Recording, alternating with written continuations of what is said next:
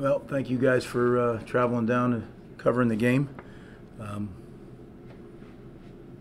Great life lesson for those players today.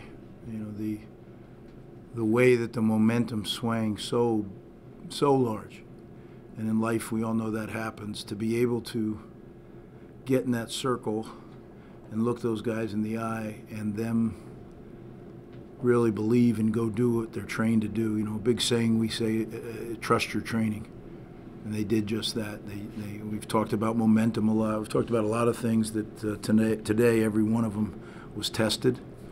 I think you learn a lesson. You go really get after somebody, and then it flips like that. It's very, very hard, especially in their stadium, to be able to pull it back and go win the game. And that's what we did. So I'm proud of the guys. We certainly have a lot to clean up.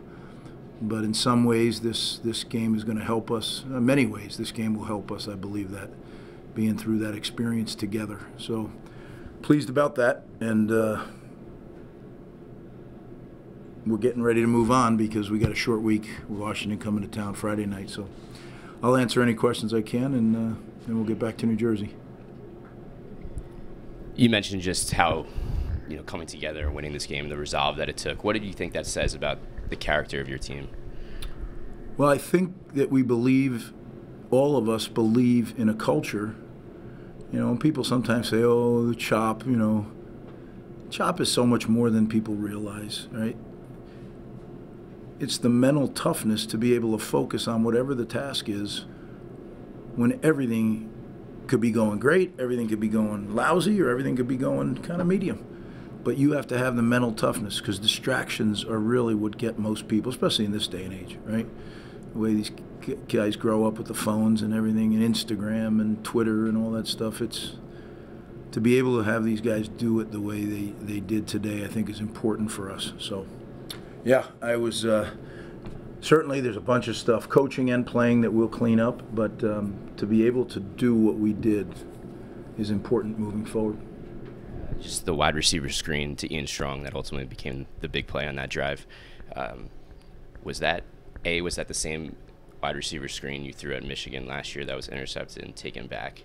And B, was it just an interesting play call to throw a wide receiver screen in that moment? Great call by Kirk Ciarrocca. That's really what it was. And without getting into details, very similar.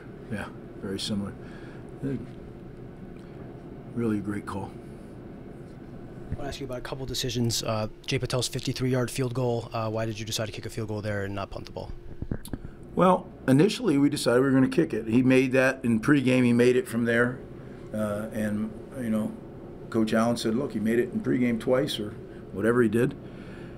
Then we got the penalty, so then we drew him off sides. Got back to the spot where we had originally said we were going to kick it. Maybe I should have given it a little more thought. Hey, look, you just got a gift to get you back there. But the reason we did, to draw them off sides, go on a different cadence, was to be able to kick it again. It was, call it aggressive. I call it believing in my guys that they're going to be able to do it. And I know Jay Patel will make that. He's made 52-yarders. He'll make them again. The 4th and 1, you guys went for it and attempted a pass. Why did you go for it, and why was that the play call? Well, look, why was it the call? I think fans, media, everyone needs to understand. You game plan what you think is the good plays for those situations, and then you have more than one on the plan, so you call what you think is best at that time. Virginia Tech does the exact same thing on the other side. Their call was more advantageous than ours on that play, but obviously ours were advantageous enough to win the game. So, that's what, when people start questioning calls, that's what you do. That's what you do for a living in preparing. One of the things, it's part of what we do for a living. And then play callers have to make calls, and I love it. In 12 seconds, you got to make calls that are really important. Boom, boom, boom. So I was proud of our staff. We did, like I said, playing, it's still early in the year. Coaching, it's still early in the year. But the cumulative effect of our guys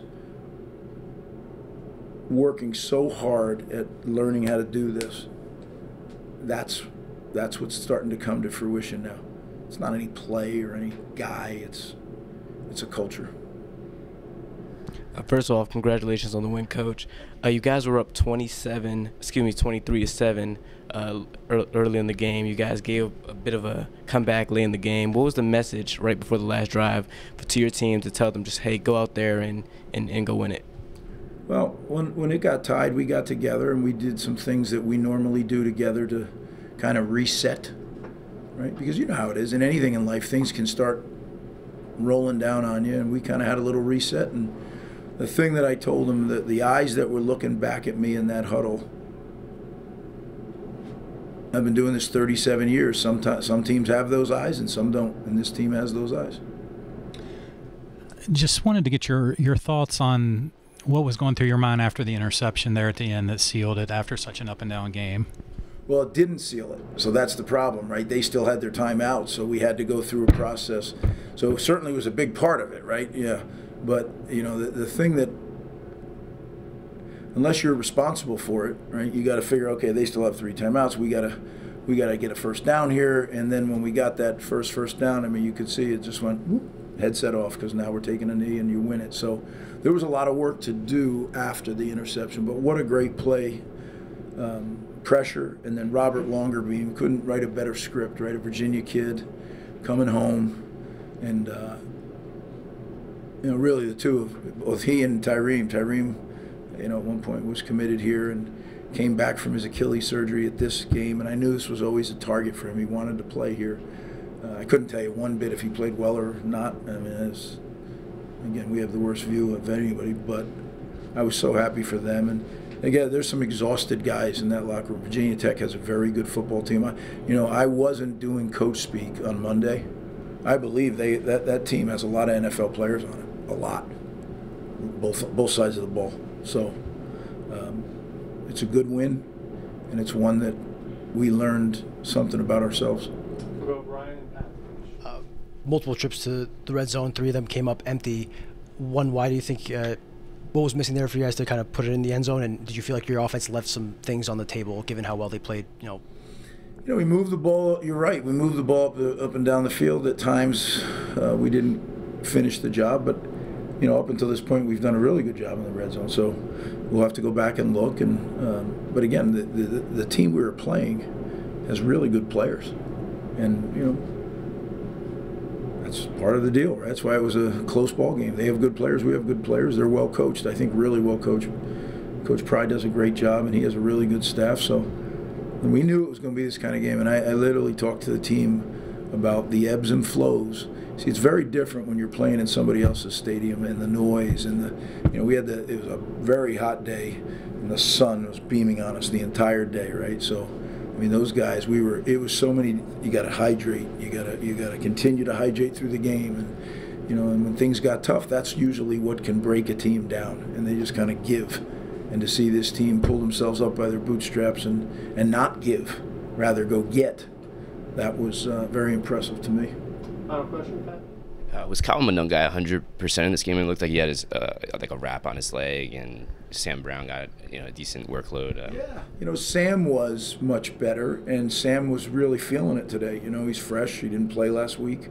And Kyle, Kyle, every week when you carry the ball the number of times that he does, and the target that he is, there's things that are always bothering him. You know, he never goes into a game saying, "I feel great," but.